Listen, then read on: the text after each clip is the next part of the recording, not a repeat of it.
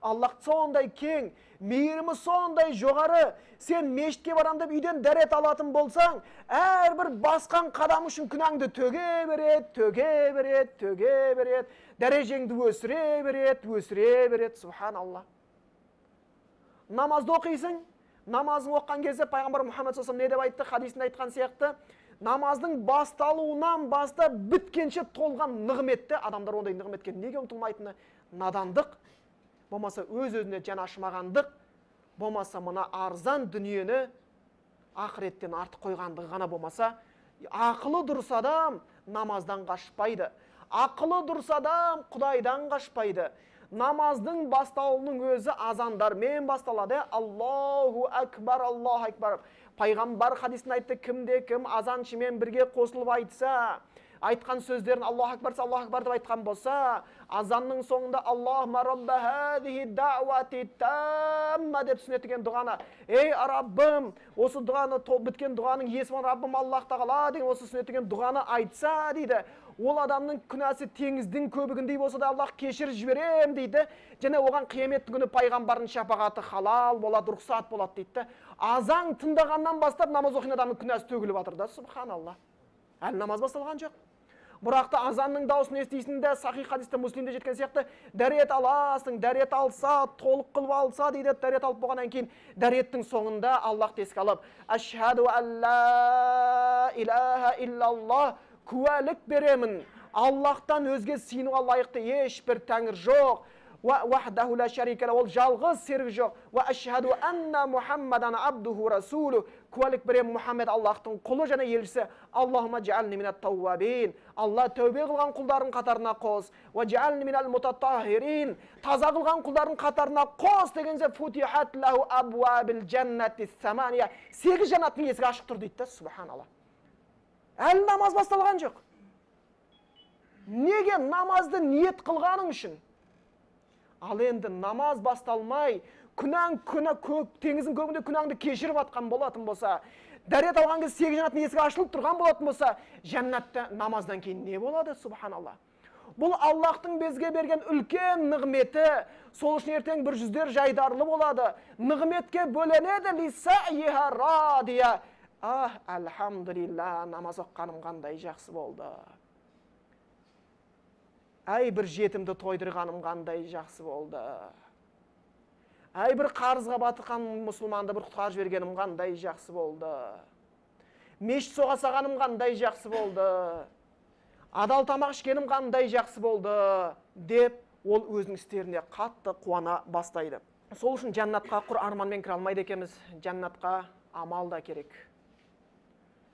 Кімде кім Али разиаллаху анху айтады, амалсыз жәннатты аңсаса дейді, жындылардың қатарына қоссаңдар болады дейді.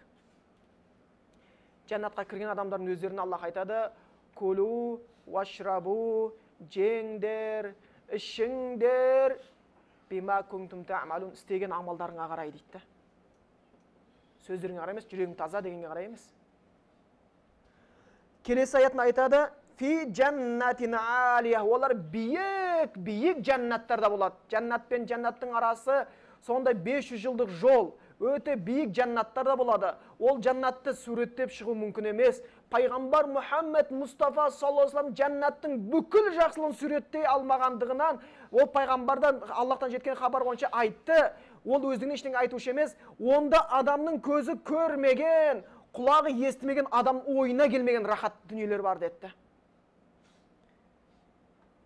Фи джаннатин алия ла тасмау фиха лагия, жәннатта бос сөз жоқ деді.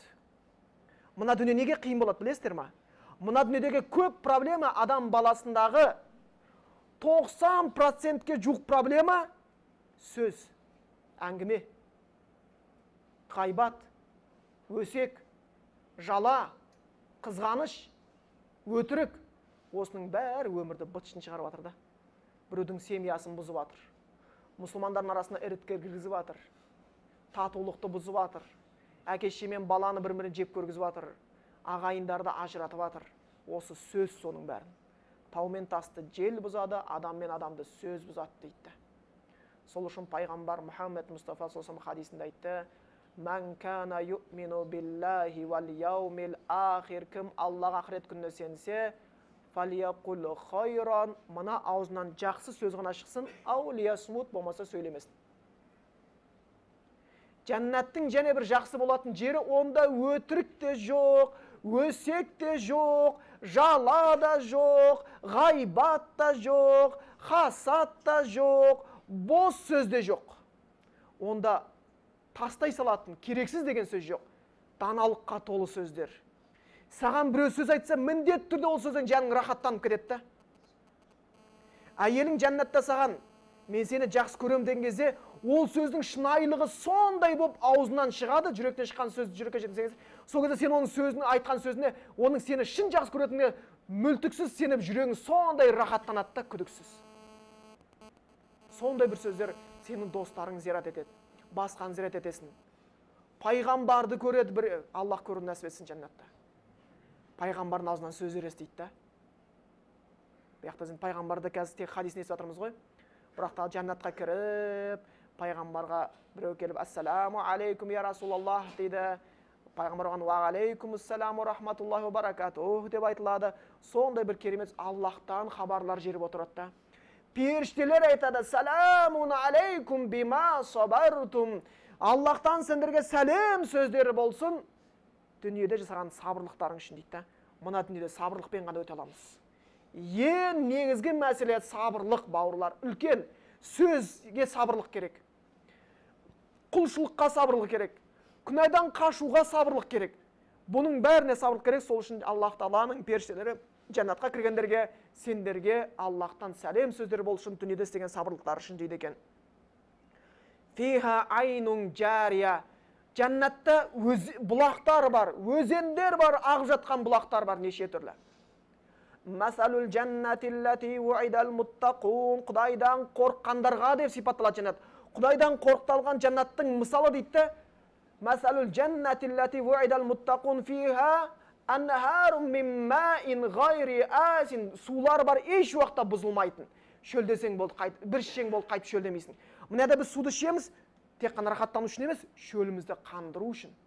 Ал жәннаттағы ішу жеу тек қана рахаттану үшін. Жәннатқа Аллах нәсіп етіп, Аллахтан сұраймыз кіргізуді. Иншалла Аллах бізді де, әке шешемізді де, бала шағамыз да намаз оқитындардан қылып жәннатқа кіруді нәсіп етсін. Аллахтан шын сұраймыз соны. Әлбетте осындай Құдайдың сөз айтылатын жерде, дұға қабыл болатын жерде, оны көбірек айтқымыз да келеді. Мұны сұраймыз Аллахтан, әкеше, туған, туысқан, өзіміздің жақсы көретін достарымызбен әйел, бала шағам жәннатқа кірген кезде, онда бір рет су ішкеннен кейін болды, сен шөлдемейсің. Келесі рет су ішесің рахаттану үшін. Келесі рет тамақ жейсің, қарның ашпайды, бір рет жейсің. Келесі рет тамақ жейсің рахаттану үшін, ләззаттану үшін. Онда өзендер болады, миммаин гайри асин, ешбір дәмі бұзылмайтын өзендер болады. Және де ол сүттен бар, мин лабанин, лама ятағайяр таъмуху, дәмі еш уақыт өзгермейтін, ашмайтын сүттің өзендері болады. Онда шараптың өзендері болады. Онда балдың өзендері болады. Не бір өзендер онда болады? Фиха сурурум марфуа, онда төсектер болады, үлкен төсеніш болады. Өте үлкен төсеніш болады. Сурур деген араб тілінде сарир. Төсектің көпше түрі. Төсектер болады, марфуа биік дейді, көтерілетін биік дейді.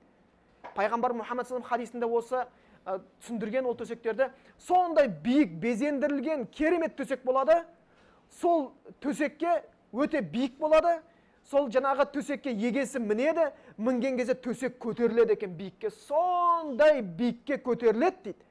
Саған Аллах Тағаланың жәннатта берген жайының бәрін көруге мүмкіндік беріледі. Ал жәннатқа бір адамға берілетін нәрсе, жер шарынан үлкен. Не мынаяқтан бір адам келеді да, 1000 гектар жері бап шіреніп жүреді да, ешкімді менсінбей кетеді. Құрт тас пен топырақтан жүретін жерден. Ал маржаннан, алтыннан болған жәннат көзін жетін, соны саған Аллахта мінгізіп қойып, төсекпенен жәннатыңды көрсетеді да, саған берілген нәрсен жүресің. Биік төсектер болады. Көтеріңкі. Ва акуабу маудуа, және онда ыдыстар болады. Акуаб деген араб тілінде куб деген сөздің көпше түрі. Ол бізде ыдыс, акуаб деген сондай ыдыс, оның ұстайтын тұтқасы жоқ ыдысты арабтар куб деп атайды. ана ұстайтын тұтқасы бар ыдысты ибрих деп атайды. Біз оны құман дейміз, болмаса құмыра деп атармыз.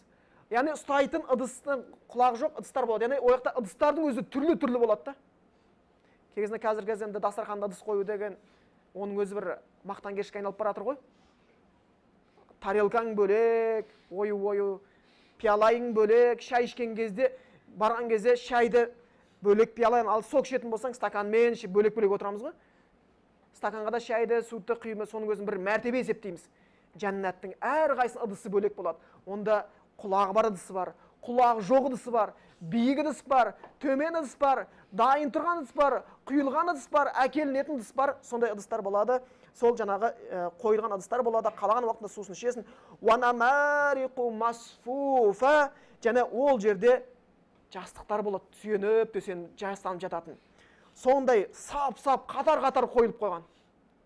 Керемет, көзің сондай тоймайтын, оның бояуы, біз мына яқтан бір білетін шығармыз, 24 па 36 бір бояудың түсімен қызыл, жасыл, көк, фиолетовый, стальной деп айтатын шығармыз. Жаннатта миллиондаған түстер болады, біз білмейтін. Сол болмайтын бір қызыл түске, жасыл түске алданып жүрміз. Ал ол жақта сондай түстер бар, сондай түстегі жастықтар қатар-қатар қойылған, сүйеніп отырады, үлкен төсеніш, ол биік жанатын көтерінеді, жастыққа қалағанша сүйеніп отырасың, міне сонда шіренсең болады да рахаттан. Сол жақта шіренсе болады. Вазарабию мабсуса. Зарабию деген араб тілінде бусут дейді, төсеніштер, кілем сияқты ұқсаған төсеніштер болады. Жан-жаққа төселіп тастаған. Өзің аймағың бар. Досың келді ма, балашаң бола ма, әкешең бола ма, барып ана төсенішке барып отырғың келе ма, ана талдың астында, жүзім талының астында отырғың келе ма, алма талының астында, анар талының астында отырғың келе ма, әр төсеніште жайылып жарып тастасаң өте көп төсеніштер болады. Қалағана барып отырып, сондай керемет жұмсақ болған төсеніштерде отырады дейді. Бұл кімдердің сипаты? Жәннатқа кіретіндер. Бұл Ғашия сүресі Меккелік сүре, Меккедегі аяттардың көбісі дозақ, жәннат туралы, таухид туралы өте жиі айтады. Біздің Қазақстанның жағдайы қазіргі кезде дінге енді бет бұрып жатқаннан кейін осы көбінесе Меккелік сүрелерге дозақ, жәннат, таухид туралы нәрселерге өте көп көңіл бұрыңыздар.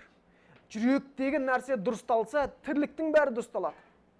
Сол үшін пайғамбар Мұхаммед хадисте айтқан, Ала инна фил жасадилла мудғатан. Біліңдер, денеде бір кесегет бар. Иза солахат, егер сол кесегет дұрысталса, солахат жасаду күллуху, дененің бәрі дұрысталады дейді. Тілің дұрысталады, ісің дұрысталады, баратын жерің, стайтын тамағың, шетінің, көретін бәрі дұрысталады. Ва иза фасадат, бұзылса, фасадат жасаду күллуху, дененің бәрі бұзылады. Ала ва хиял қалб, біліңдер, ол жүрек дейді. Мына жүрекке дозақ, жәннат, таухид, ақырет, Аллахқа деген махаббат, пайғамбарға деген махаббат, мұсылман бауырыңа деген махаббатқа толтырып тастаңыздар, иншалла Аллах Тағала о дүниеде жемісін көруді нәсіп етсін соның. Бірінші Аллах Тағала қияметтің күнінің хабарын айтып кетті да, ертең сондай бір амалы бекер кетіп, дозаққа түсетін жағдайын айтты, жәннатқа түсетін жағдайын айтты. Енді Аллах Тағала біздерді сол жәннатқа кіретін жағдайлардың қатарына қосын, дозаққа түскендердің қатарынан болдырмасын.